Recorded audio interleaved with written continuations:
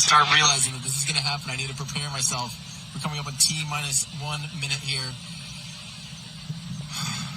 Okay. 1 minute? This is, holy crap.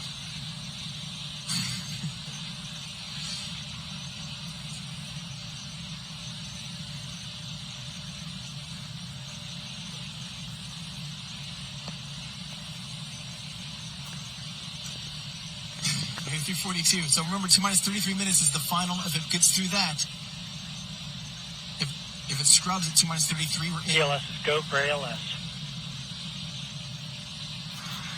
If it scrubs, it's totally a scrub for the day, period, at this point.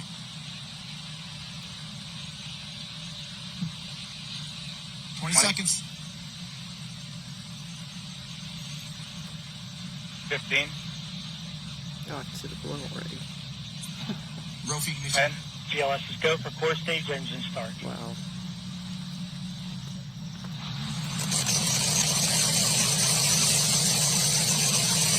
Oh, they lit the boosters! Oh, yes! Oh, my! That's so right! Engines on the core stage and 2 solid rocket boosters now propelling the vehicle at 128 miles per hour. Hearing good control on the roll from teams in Mission Control Houston. All good calls so far. Now 30 seconds into the flight of Artemis 1. First milestone will be for the vehicle to pass through max Q about 1 minute and 9 seconds into launch. This is the greatest period of atmospheric force on the rocket.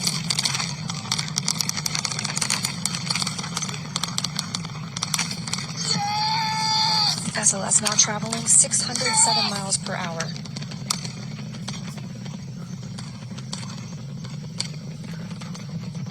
You're looking at 8.8 million pounds of maximum thrust. Quiet here in the loops in Mission Control. Oh, look at the ripples! The 4 core stage engines are throttling down ahead of passing through max Q. Oh my God!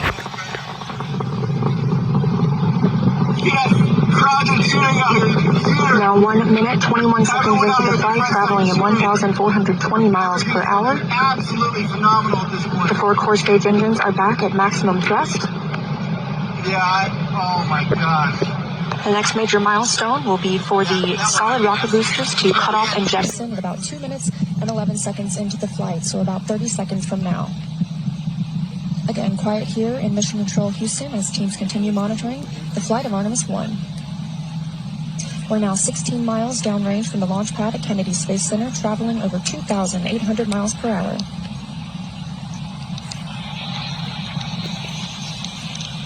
Standing by for solid rocket booster jettison and shortly thereafter. Coming up.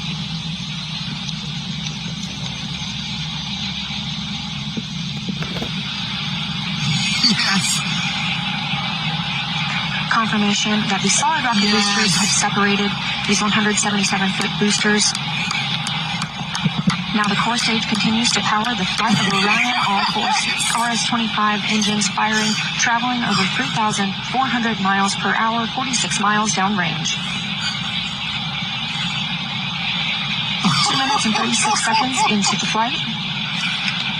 Hearing nominal calls here in Mission Control Houston. We've still got 4 good engines on the core stage. Next up, we'll be looking for the service module fairing to separate. This is 3 15 by 15-foot fairing panels, providing structural support, protecting the service module. Those will separate at about 3 minutes and 11 seconds into flight, and very shortly thereafter will be followed by the launch abort system separation. Just over 3 minutes into the flight of Artemis 1, now traveling over 4,060 miles per hour, 83 miles downrange. We just had confirmation that the service module fairing has separated.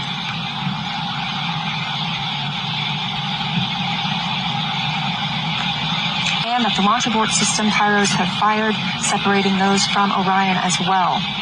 For future crew members...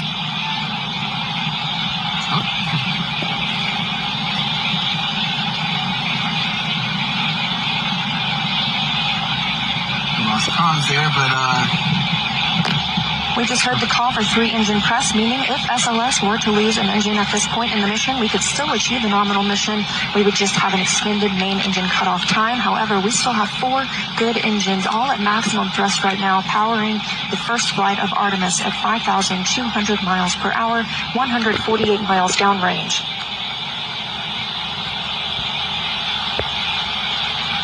Did the NASA broadcast just flop on us?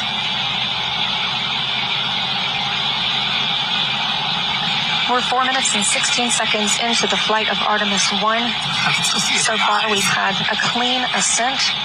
We saw the solid rocket boosters jettison about 2 minutes and 11 seconds after liftoff. Shortly after, we had the service module panels, fairings separate, as well as the launch abort system. The launch abort system was inert for this flight, except to perform this separation.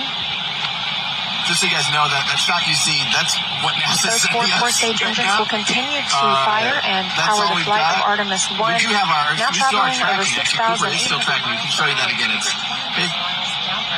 hasn't lost it the whole time. So that little dot you see is still the 4 RS-25 engines firing. So it is still going. I don't know why NASA's feed is just that stalled animation at this point. So at least we've got something for you guys. I'm sorry that it's look at that, still tracking it. I mean, that is, guys, that is a dot just so tiny in the sky. We can still see it with my own eyes, line of sight, right here, right down the middle. Unbelievable. I mean, and so we're still tracking. It's still our shot there. What is that? That's,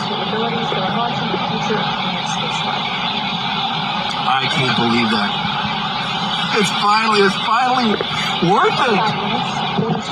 It's finally worth it to come out here. All the effort. I love you guys all. Everyone that is still watching this with us, even though we don't really have much to show you right now, besides little tiny white dot in the sky. Is that even a video anymore? It is. It's just barely moving. That's insane. The good thing we have 4K because we're down to about 1 pixel of rocket. But I love you guys. Thank you so freaking much for watching with us. This is just a dream come true. There we go. We actually have some frame of reference and it is still moving. Look at that. As he's tracking it, we're starting to see the top of that mast there coming into frame.